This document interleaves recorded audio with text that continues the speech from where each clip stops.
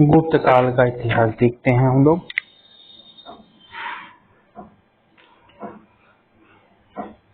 गुप्त वंश का संस्थापक श्री गुप्त था। कौन था?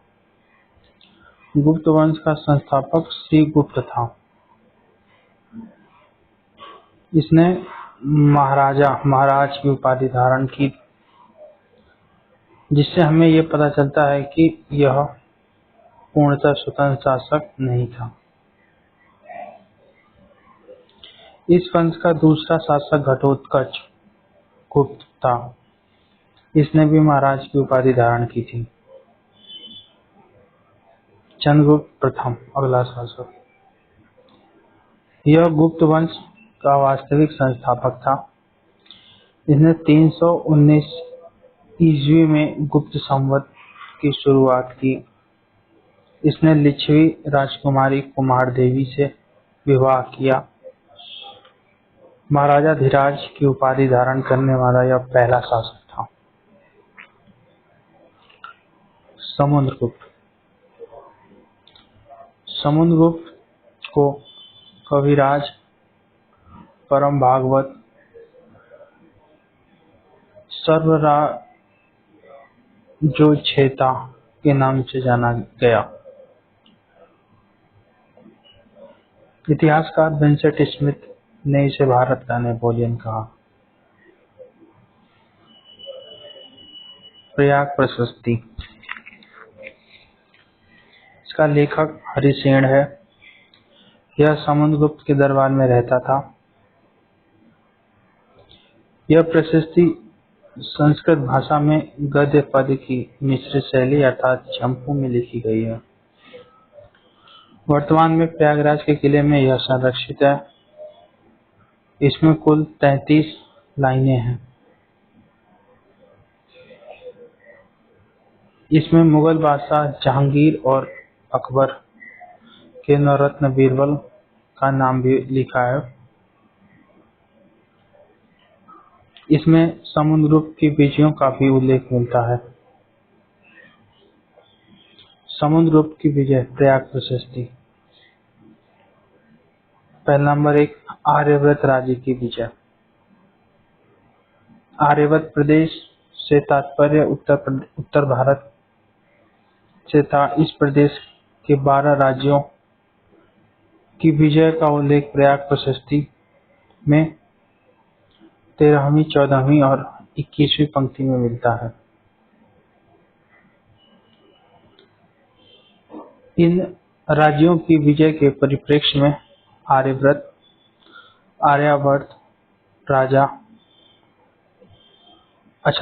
राज्यों की विजय के परिप्रेक्ष्य में आर्यावर्त राजा प्रसभोद्धरण की नीति लागू थी। दक्षिणवर्ती राज्यों के विषय में समुद्रगुप्त ने दक्षिण भारत के 12 राज्यों की विजय भी की। इसका उल्लेख प्रयाग प्रशस्ति के 19वीं और 20वीं पंक्ति में मिलता है। इस परिप्रेक्ष्य में समुद्रगुप्त ने ग्रहण मोक्षानुग्रह की नीति लाई। आठविक राज्यों की विजय। आठविक राज्यों से तात्पर्य जंगली राज्यों से था। ये राज्य उत्तर प्रदेश के गाजीपुर से लेकर मध्य प्रदेश के जबलपुर तक स्थित थे।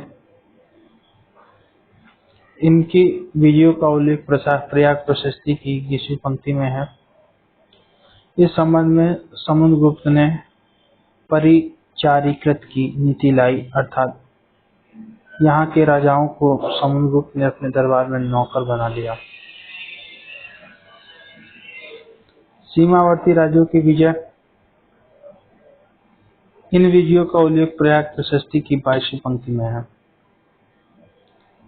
इसके संबंध में समुद्रगुप्त ने सर्वकर दानुज्ञा प्रणाकरण की नीति अपनाई। इनमें कौन कौन से राज्य थे सीमावर्ती राज्यों में? कृतपुर पंजाब का, अर्थात पंजाब का करतारपुर, ये सक्सासपुर वाला। समतट असम वाला, द्वाक ये भी असम में था, जो नेपाल की तराई में क्षेत्र थे ये वाले। विदेशी राज्यों की विजय का उल्लेख, विदेशी राज्यों की विजय का उल्लेख प्रयाग प्रशस्ति की 23वीं और 34वीं पंक्ति में मिलता है। समुद्रगुप्त ने आत्मनिवेदन कन्योपादान की नीति अपनाई। समुद्रगुप्त के समय में यहाँ का समकालीन शासक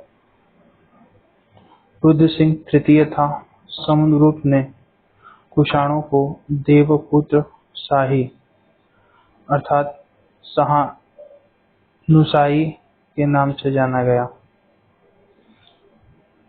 समुद्रगुप्त कुषाणों को देवपुत्र शाही या शाहनुशाही के नाम से जाना गया। रामगुप्त, समुद्रगुप्त के बाद इसका बड़ा पुत्र रामगुप्त शासक बना। इसकी ऐतिहासिकता का उल्लेख विशाखदत्त ने सर्वप्रथम अपनी पुस्तक देवी चंद्रगुप्तम में किया है।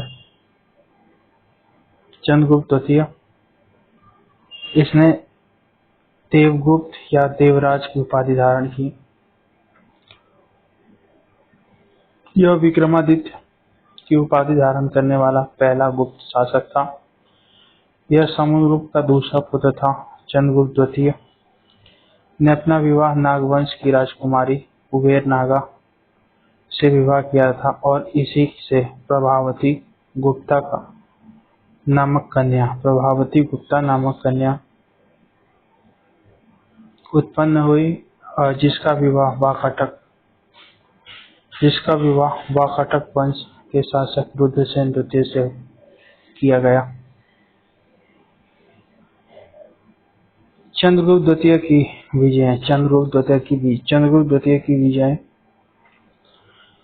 इसकी विजयों का उल्लेख दिल्ली के मेहरौली में स्थित लौह स्तंभ में वर्णित है। उस पर चंद्र शब्द लिखा है, चंद्र, जिसका अर्थ चंद्रगुप्त द्वितीय से लगाया गया। इसमें बाहलिक प्रदेश अर्थात बल्ख, बैक्ट्रिया और अफगानिस्तान का बैक्ट्रिया प्रांत, बंग प्रदेश जो बंगाल की विजयों का उल्लेख मिलता है। चंद्रगुप्त द्वितीय के नवरत्न कौन कौन है? अमर सिंह, जो कि एक शब्दकोश विशेषज्ञ था अर्थात लेक्सिकोग्राफर। धन्वंतरी चिकित्सक थे। हरिशेन कवि थे। कालिदास नाटक या कविता लिखते थे। छापड़क या कहपानक ये ज्योतिष थे। शंकु ये वास्तुकला के ज्ञाता थे। घटकरपर ये राजनयिक थे। वराहमिहिर ज्योतिष जानता था। वरुचि व्याकरणविद था। बेताल भट्ट जादूगर था। फाहियान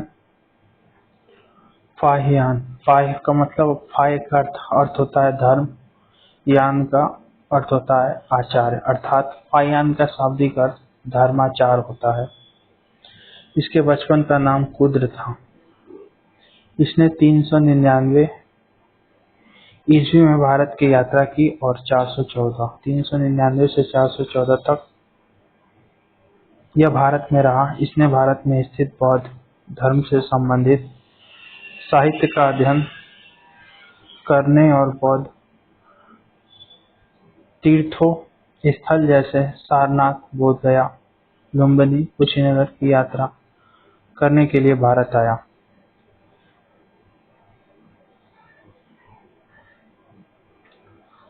भारत में इसमें मध्य देश मिडिल किंगडम का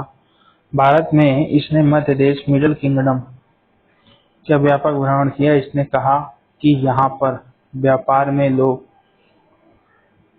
कौड़ियों का प्रयोग करते थे। यहाँ पर राजद्रोह के अपराध में दायां हाथ काट लिया जाता था। यहाँ पर राजद्रोह यहाँ पर राजद्रोह के अपराध में दायां हाथ काट दिया जाता था। फाहियान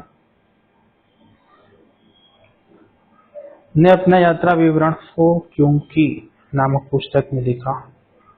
फाहियान यात्रा विवरण फो क्योंकि नामक पुस्तक में लिखा।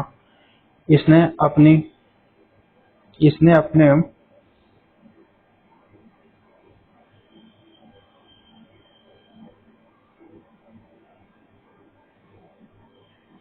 इसने अपने वापसी की यात्रा पाटलिपुत्र से संपन्न की।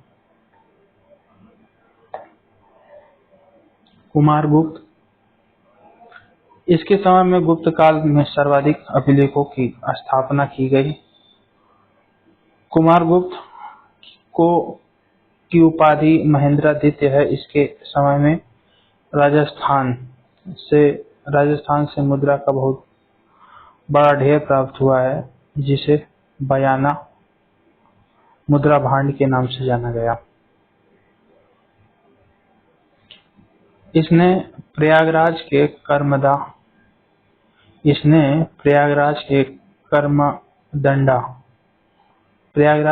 कर्मदंडा में 2 अभिलेख स्थापित करवाए। इसका तुमैन नाम का एक अभिलेख ग्वालियर से मिला। इसमें धनदेह बैग्राम दामोदरपुर नाम से तांबे के 3 अभिलेख मिले हैं और तीनों आधुनिक बांग्लादेश में स्थित है। स्कंदगुप्त इसकी उपाधि क्रमादित्य है। इसके समय में मध्य एशिया के हूण नामक बर्बर जाति के लोगों का आक्रमण हुआ। इस समय हूणों के प्रसिद्ध नेता हुसैनबाज, तोरमण और मिहिर कुल थे। स्कंदगुप्त ने हूणों को पराजित किया। इसका उल्लेख भीतरी स्तंभलेख में मिलता है, जो यूपी के गाजीपुर जिले के सैदपुर तहसील में भीतर गांव में स्थित है। भानुगुप्त यह उत्तरवर्ती गुप्त शासक था। इसके समय में भी हूणों का आक्रमण हुआ। फलतः इसने अपने मुख्य सेनापति गोपराज को भेजा, लेकिन यह पराजित हुआ और मारा गया। फलतः इसकी पत्नी सतह हो गई, जिसका उल्लेख भारत में पहली बार 510 ईस्वी के मध्य प्रदेश के एरन अभिलेख में मिलता है। अंतिम गुप्त शासक विष्णुगुप्त था। गुप्तों का प्रशासन देखते हैं हम लोग। केंद्रीय प्रशासन का सर्वा राजा होता था। इसकी सहायता के लिए कई अधिकारी होते थे। गुप्तों का प्रशासन मौर्यों की अपेक्षा भी केंद्रीकृत था।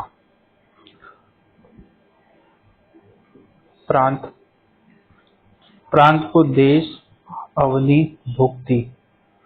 प्रांत को देश अर्थात या अवनी या भुक्ति के नाम से जाना गया। इसके मुखिया को प्रांतपति या ऊपरी महाराज कहा गया।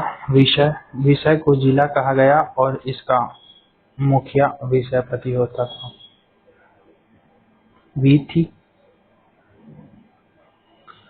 वीथी इसे तहसील के नाम से जाना गया।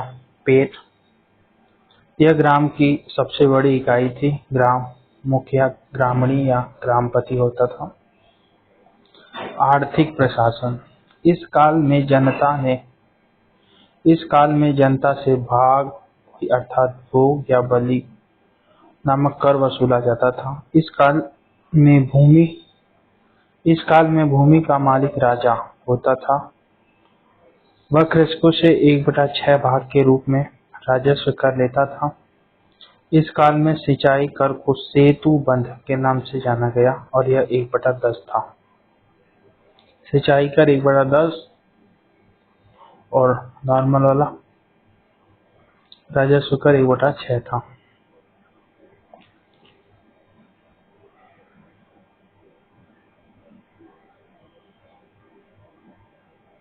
भूमि माप की इकाइयों में नलवाप या द्रोणवाप प्रमुख थी। इस काल में सोने के सिक्के को दीनार कहा गया। चांदी के सिक्के को रूपक, सोने के सिक्के को दीनार, चांदी का सिक्का रूपक, तांबे का माशक। इस काल के प्रारंभ में भारत का व्यापार रोमन साम्राज्य के साथ बड़े पैमाने पर हुआ, लेकिन कालांतर में जब रोमन साम्राज्य दो भागों में विभाजित हो गया, तब गुप्तों का व्यापार कमजोर पड़ गया। गुप्त काल को स्वर्ण काल के नाम से जाना गया, क्योंकि इस काल में कला के क्षेत्र में अभूतपूर्व प्रगति हुई।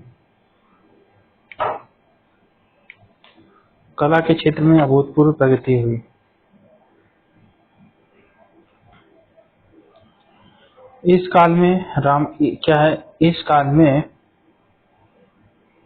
काल में रामायण और महाभारत की रचना पूरी हुई। रामायण की रचना वाल्मीकि ने की और महाभारत की रचना वेदव्यास ने। कालिदास ने मालविकाग्निमित्रम, अभिज्ञान शाकुंतलम, रघुवंशम, महामात्य, मेघदूतम, विक्रमोर्वशीय जैसे साहित्य की रचना की। इसी समय आर्यभट्ट का जन्म पटना में हुआ।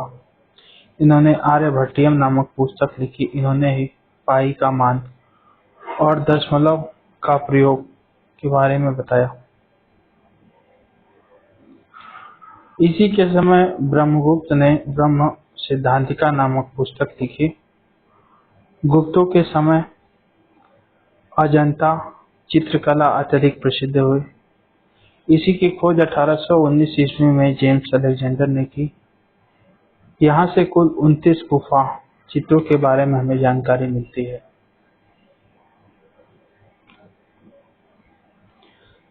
लेकिन वर्तमान में हमें कुल 7 गुफा चित्र उपलब्ध मिलते हैं, जिनमें पहला दूसरा गुप्त काल का, 9वां 10वां वाकाटक का और 16, 17, 19 नंबर के चित्र वर्तमान में स्थित हैं। पहला दूसरे नंबर का चित्र गुप्त काल के हैं। 9वें 10वें नंबर के चित्र सबसे पुराने वाकाटक काल के हैं। 16वां चित्र अत्यंत प्रशंसनीय है, क्योंकि इसमें मरणासन्न राजकुमारी का चित्र है। 17वें चित्र को चित्रणशाला कहा गया। अजंता के चित्र ब्राह्मण धर्म और बौद्ध धर्म से संबंधित है। अजंता के चित्र ब्राह्मण और बौद्ध धर्म से संबंधित है। संगम युग, इस युग को हम चोल, चेर और पांड्य राज का इतिहास पढ़ते हैं। संगम युग में हम चोल, चेर और पांड्य राज्य का इतिहास पढ़ते हैं। संगम का अर्थ मिलन। संगम का अर्थ मिलन होता है। यहाँ पर कवियों का मिलन कृष्णा व तुंगभद्रा नदी के किनारे हुआ। क्या है? चोल, चेर और पांड्य। चोल क्षेत्र देखते हैं, ये उत्तरी पूर्वी दक्षिण भारत था। उत्तर पूर्वी दक्षिण भारत, अर्थात उत्तर पूर्वी दक्षिण भारत ही ये वाला इलाका। इसका प्रतीक था बाघ। राजधानी, 2 राजधानियां थी। पहली राजधानी उरैयूर, बाद में पुहाया बनाया गया, जिसे पुहाया कावेरी पत्तनम बनाया गया। चेर दक्षिण पश्चिम दक्षिण भारत, ये इधर वाला दक्षिण पश्चिम दक्षिण भारत, दक्षिण पश्चिम दक्षिण भारत। इसका प्रतीक था धनुष। राजधानी वंजी, कारूपर या तोंडी। पांड्य सुदूर दक्षिण इधर। इसका प्रतीक था मछली। राजधानी कोरकई और गदुरई। संगम काल में कुल 3 संगमों का आयोजन पांड्य राजाओं ने कराया था। संगम काल, स्थान और अध्यक्ष। प्रथम, द्वितीय और तृतीय संगम। प्रथम मदुरा कपाटपुरम, मदुरा। मदुरा कपाटपुरम या अलवई, फिर उत्तरी कपाटपुरम। प्रथम मदुरा कपाटपुरम, उत्तरी कलवई। इसकी अध्यक्षता की थी अगस्त ऋषि नकीरन ने। संगम युग के 5 महाकाव्य। पहला है शिल्पाधिकारम। शिल्पाधिकारम, लेखक इलंगो आदिगल। शिल्पाधिकारम के लेखक हैं इलंगो आदिगल। ये जैन विद्वान थे। यह चेर शासक सेनगुट्टवन का भाई था। इसे तमिल भाषा का पहला महाकाव्य माना गया।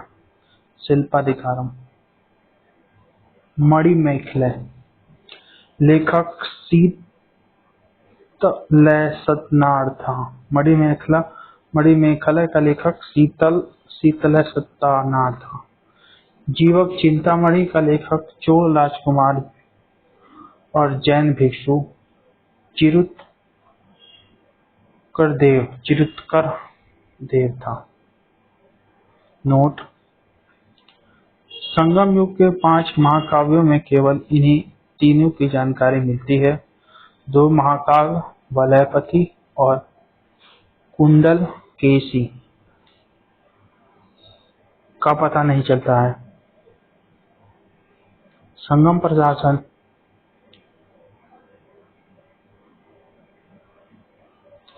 संगम प्रशासन, यहाँ पर वंशानुगत शासन की प्रथा थी। राजा को अधिराज, मन्नन या को के नाम से जाना जाता था। राजा के सहयोगी अधिकारी थे मंत्री, जिसको अमैचार कहते थे। पुरोहित को पुरोहित, सेनापति को सेनापतियार, दूत या राजदूत को दूतार, गुप्तचर को ओरसर कहा जाता था। न्याय प्रशासन। राजा ही सर्वोच्च न्यायाधीश होता था, लेकिन न्यायालय को मन्नम कहा गया। इस समय चोरी करने पर हाथ तथा झूठ बोलने पर जीभ काट दिया जाता था। विवाह कैसे होते थे? लड़की की आयु 12 वर्ष, लड़की की आयु 12 वर्ष, लड़के की आयु का न्यूनतम आयु 18 वर्ष। पंचतीर्णय, जिसको प्रेम विवाह या गंधर्व विवाह के नाम से जाना गया। समाज में विधवा विवाह, पुनर्विवाह का प्रचलन था। गणिकाओं को परतियर कहा जाता था।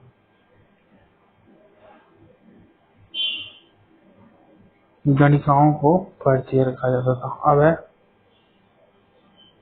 गुप्तोत्तर काल का इतिहास। गुप्तोत्तर काल का इतिहास। इस काल का इतिहास हमें हर्षवर्धन द्वारा लिखित नागानंद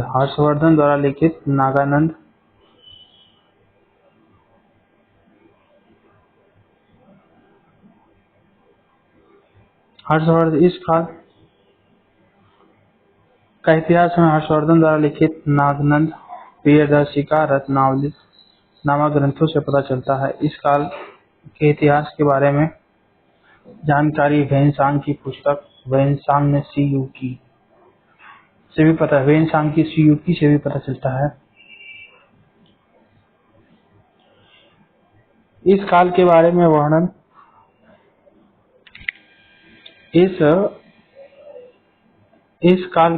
वर्णन हमें बाणभट्ट द्वारा लिखित पुस्तक हर्षचरित से पता चलता है। हर्षचरित के अध्यायों को अच्छवास के नाम से जाना गया। हर्षवर्धन का इतिहास।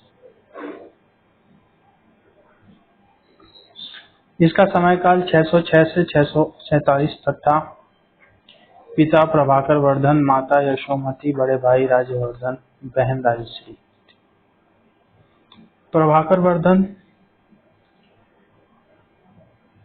का राज्य हरियाणा में था और इनकी राजधानी थानेश्वर के नाम से जाना गया। इनका राजवंश पुष्यभूति राजवंश था। प्रभाकर वर्धन ने अपनी पुत्री का विवाह कन्नौज के मखौरी वंश के शासक ग्रहवर्मा के साथ किया, लेकिन जब प्रभाकर वर्धन की मृत्यु हो गई तब इनका बड़ा पुत्र राजवर्धन शासक बना।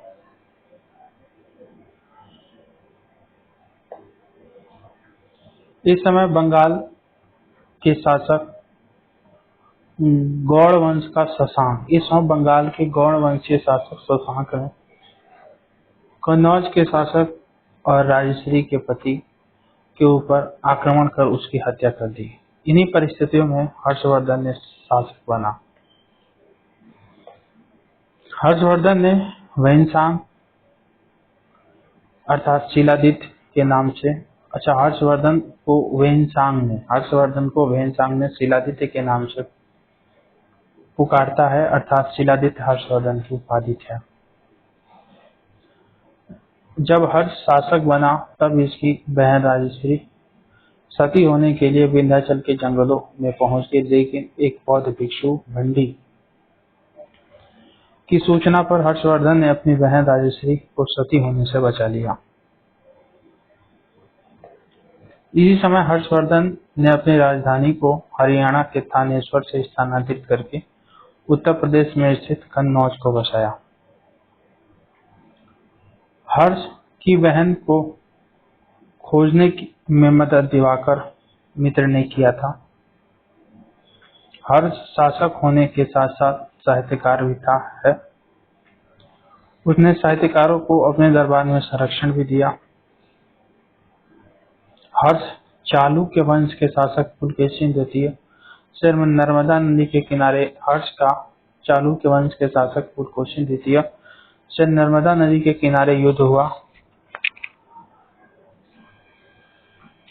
जिसमें हर्ष पराजित हुआ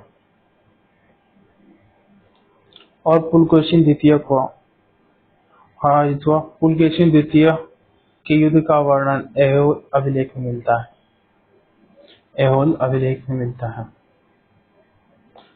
हर्षवर्धन और वैनसांग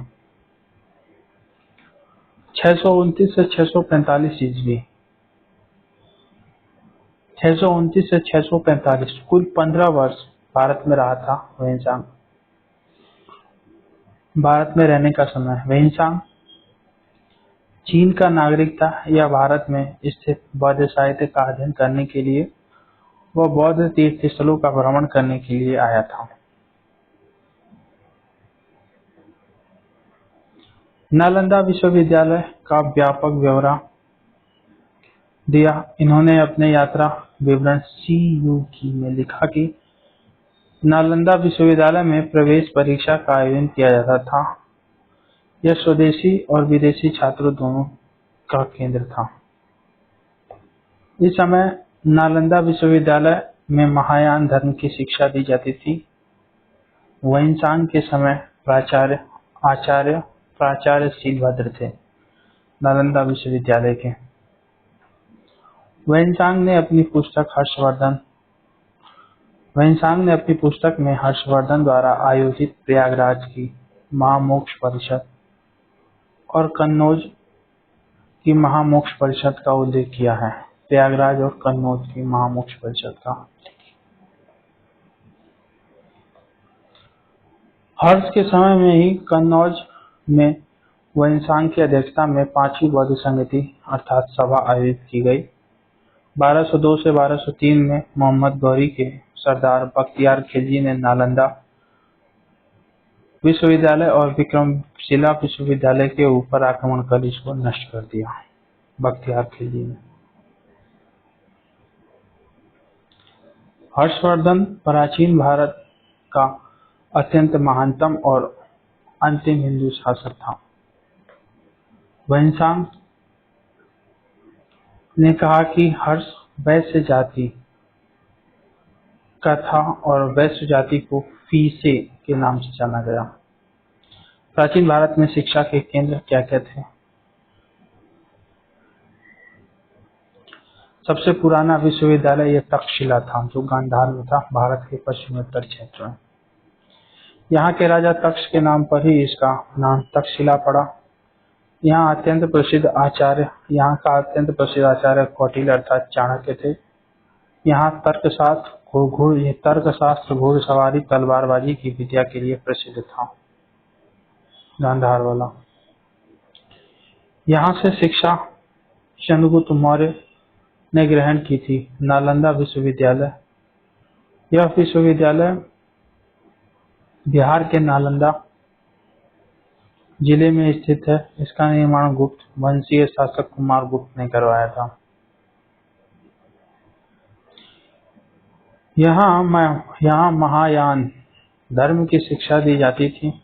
हर्षवर्धन के समय में आए वेनसांग ने यहाँ से शिक्षा प्राप्त की और इसके अन्य पक्षों का उल्लेख किया।